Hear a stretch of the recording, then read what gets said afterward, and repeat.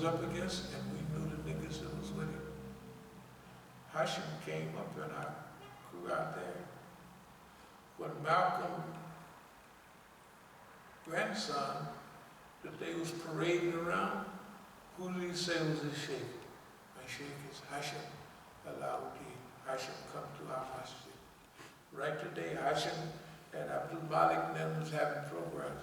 Hashim was supposed to be the Shia representative, and Abdul Malik the Sunni representative, right? And they're supposed to be on both sides of me, and I already know that game. And look, I'm telling you, this ain't new. We've said it in lectures.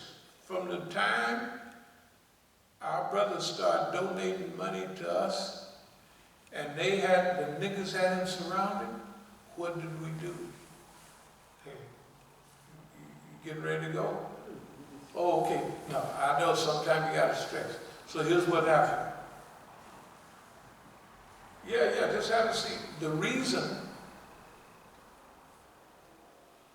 that we knew what was happening, that's why we saved our brother. You know, we saved it.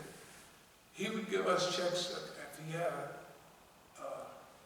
a thing for tennis shoes. You know, he said, yes, such and such. One of them said they gave me a check for 25. So we signed over me, I took it for cash. But we saved it. Another thing, so when them niggas stole all of his money, the California Negroes, the same one we're using in there, there it was. Hashim, all of it. And Hashim took Malcolm's poor grandson, and he went down to Mexico, and them niggas beat him to death with a baseball bat. Killed him. See, them coons, they don't have no mercy or kindness. And I didn't just start calling their names. I've been calling their names for decades. Who they was. Therefore, ain't nobody can do nothing about what I done said. It's all on tape. And some of them will get out. It's all on this right here. It's too many. This is so repetitive. That's where redundancy come in. I've repeated these stories so many times and got out. If I only got 10 CDs out, if I only got 10 DVDs, if I only got, it doesn't make a difference. The story is repeated so much that it's redundant. Remember I was teaching lessons on redundancy? Why? Because Allah gave us something, we have to use that. Back to the point.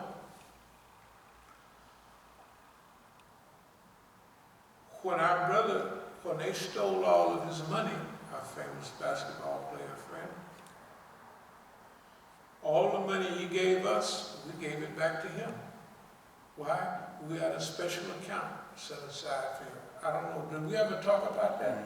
We did. Yeah, we got an account for him because them niggas gonna steal his money. And they did. They did. He was a good guy, he was a nice guy, and they stole the man's money. I mean, no matter how many millions it was,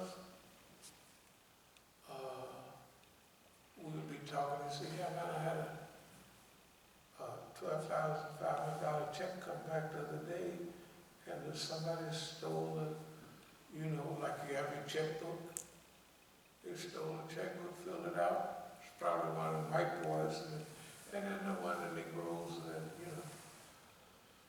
And the Negroes from here had him surrounded. The phony Shia brothers. And they impressed him to become Shia. Why? So it would cut him off from all the other Muslims. Right? That's what it did. Except in the last 2 years. Now they got him going around again. Why? Because you ought to see his handlers. I don't say nothing to him, I said, it's fine. You need money, you need to live. But his handlers are Negroes. that set up all his speeches all over the world. When we spoke on our last program, he had just came back from Ethiopia somewhere a couple of years ago. Yeah. I didn't say to him all of that.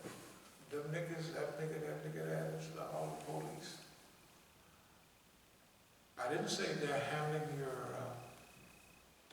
your itinerary. Why? He needs money. I don't have no money to give him like before. He give us, we give him back.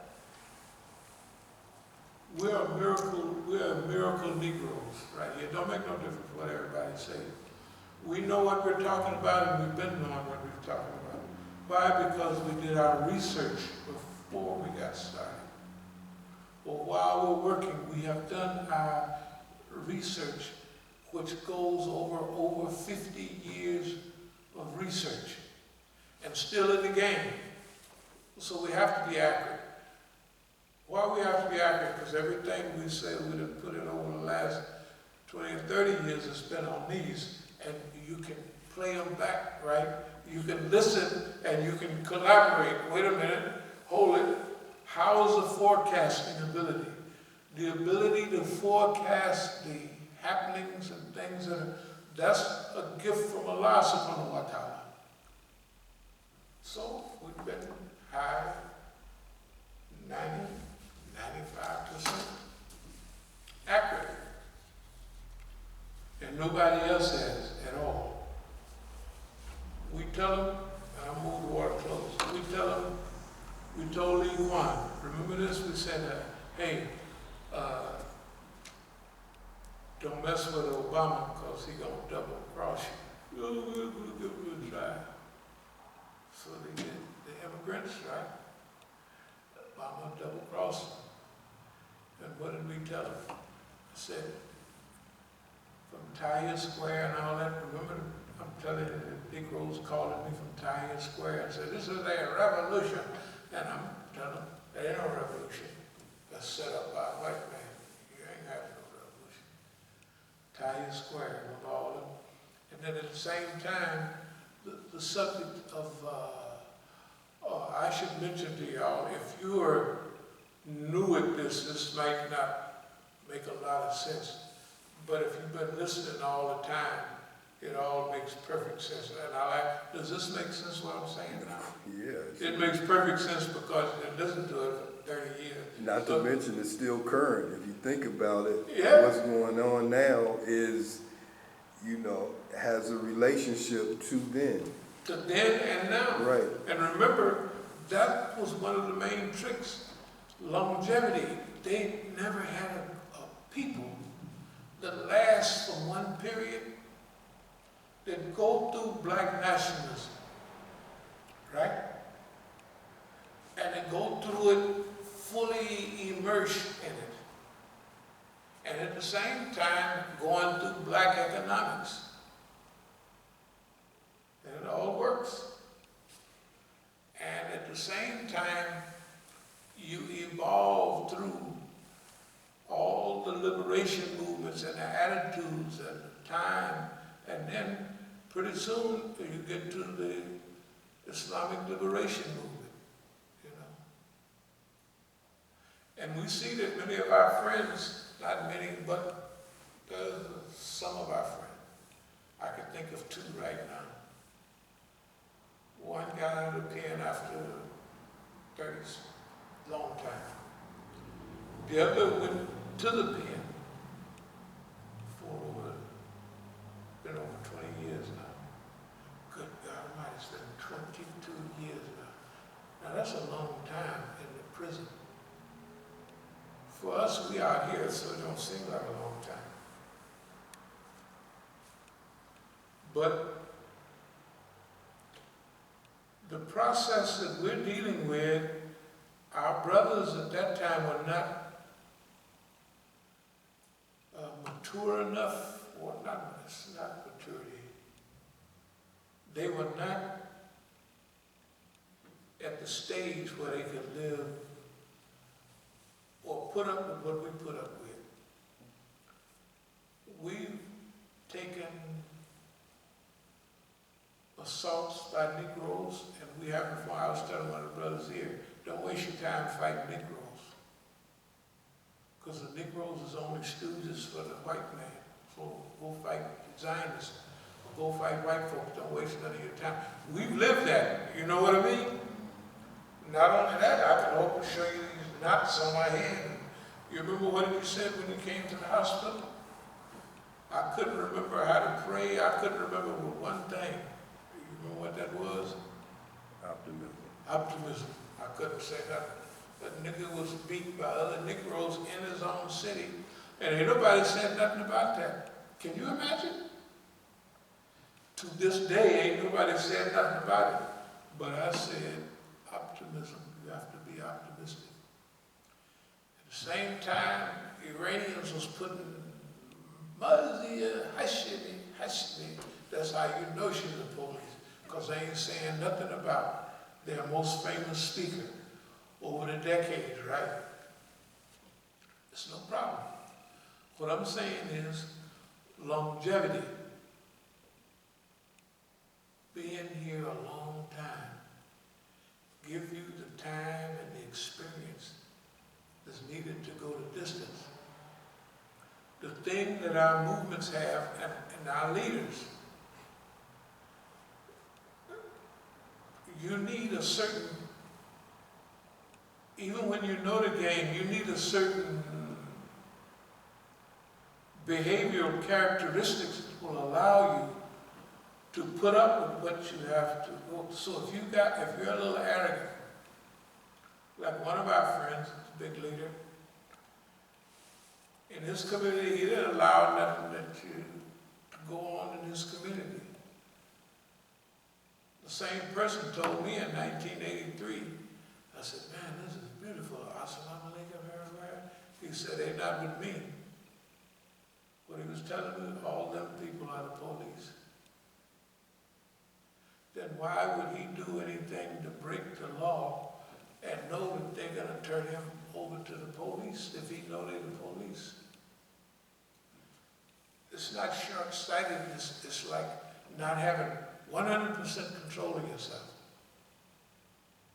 So if somebody messed up in their community, remember they'd send a hit squad out and they'd be knocking Negroes over. And they tried, remember in 96, they tried to give him a case for somebody got shot, remember? Right. Then a few months later, the guy came in and went to the press and said the police made me say that and they had to let him go. You see what I mean? Okay. Then they should use that to know that you can't talk to anybody, that your whole community is government agents. And what happens as soon as you go to look at the trouble they're giving this community now? It's unbelievable. It's rotten what they're doing. I don't even talk to them anymore. It's so rotten, you know what I mean? One of the last people from the civil rights era, the name you read every day, and hear about, one of the last ones out of the big four, only one still alive. In the last 20-something years, he had to do it in the penitentiary. Okay, here's the point I'm making. You have to acquire, longevity has its place. So King was right. Where we are now, if you're going to fight the enemy, fight him with what he don't have. That's why, what stage are we in right now? Psycho-spiritual warfare.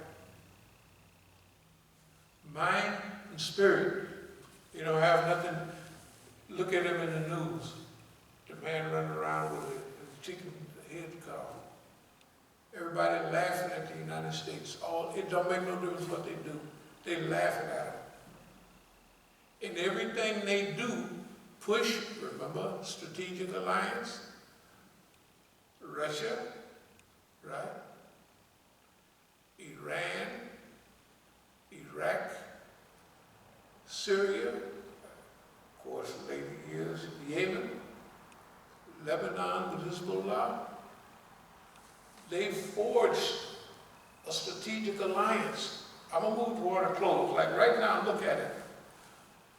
This dummy, the dumb United States of America. Remember, history. What do we say? What do we use here? We use the Quran. We use the Sunnah, the Hadith, right? And the Quran says, travel in the earth and see what was the end of those before you. History, right?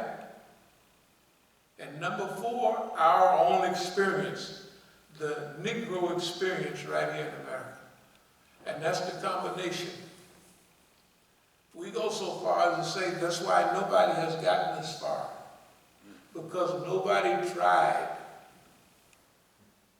Have nobody tried? They haven't used the Quran. They haven't used the Sunnah, the Hadith is saying about it. They haven't used the historical realities. And they haven't combined it with our experience here. It's a big statement. I'm saying we've used it and we've been successful here in the United States of America. It don't make no difference how we're not having a popularity contest, right? The other thing, documentalists. Remember those things we was watching from China? How much honor they gave the historian, the doctor. You know, it's like they're carrying something special, you know. Right? That's right. And remember they're teaching all on ethics. So when the Hadith said that it was 120,000 or 300,000 messages and mundir, you know what I mean? In past history, you can see how it's possible, right? Because we only have those 26 prophets and messages that's mentioned in the Quran and what have you, right? And then we have our Middle Eastern history. What about the rest of the world? Have you ever heard Indian America, when they talk about their great chiefs and the message they brought from the past, they talk about them like they were messengers and warners. Have you ever noticed the language, right? Okay, Quran, the Sunnah, history, traveling there, and then our own personal experience, our own Negro experience here in the United States of America. Okay, so we're going to move toward a close. That's what we've been using. And we've been speaking the language. Who else gets in the news and they're anti-Zionist, anti-da-da-da-da-da all the way? And they're reading it, writing it, and it's being printed. But the Negro don't know nothing about it, right? It's us. We've been doing our duty. We have been doing our duty and living up to our obligation. We're proud of that. And the last thing we're going to say is we have been spanking the white man's behind publicly. We've been whooping him with a switch. I don't know, in the old days they used to go get a switch. You know, a willow switch that make you holler, put webs on you. You know, that's how we've been whooping the white man. We've been whooping his behind. And forecastability, anybody listen to any of our forecasts, they're going to say, man, that's prediction. Sure it is. Forecastability, what is it up there, 90s, way up in the 90s. If you was a baseball player and you batted 300 or 325, you'd be, or 350, you would be in the record books, right? That's right. Suppose your batting average would be 980. Where would you be? That's our batting average, right? I mean, from what you remember. It's all thing. We just say 980%, so Okay. What about all the people that gave Baal and allegiance? Where are they at? They're gone. Why? Because their masters told them to leave. Are we lonely? No, because we was raised in these penitentiaries in the hole, and they always send us to the hole. So we're used to it. The other thing is, we don't need people's approval. We don't need a crowd jumping up and down. Absolutely not. In fact, if we got a crowd jumping up and down, we'll get real good and suspicious. Let's check this out. There's something wrong here. Right? Anyway, let me move toward the close. Know your enemy, know yourself. 1,000 battles, 1,000 victories.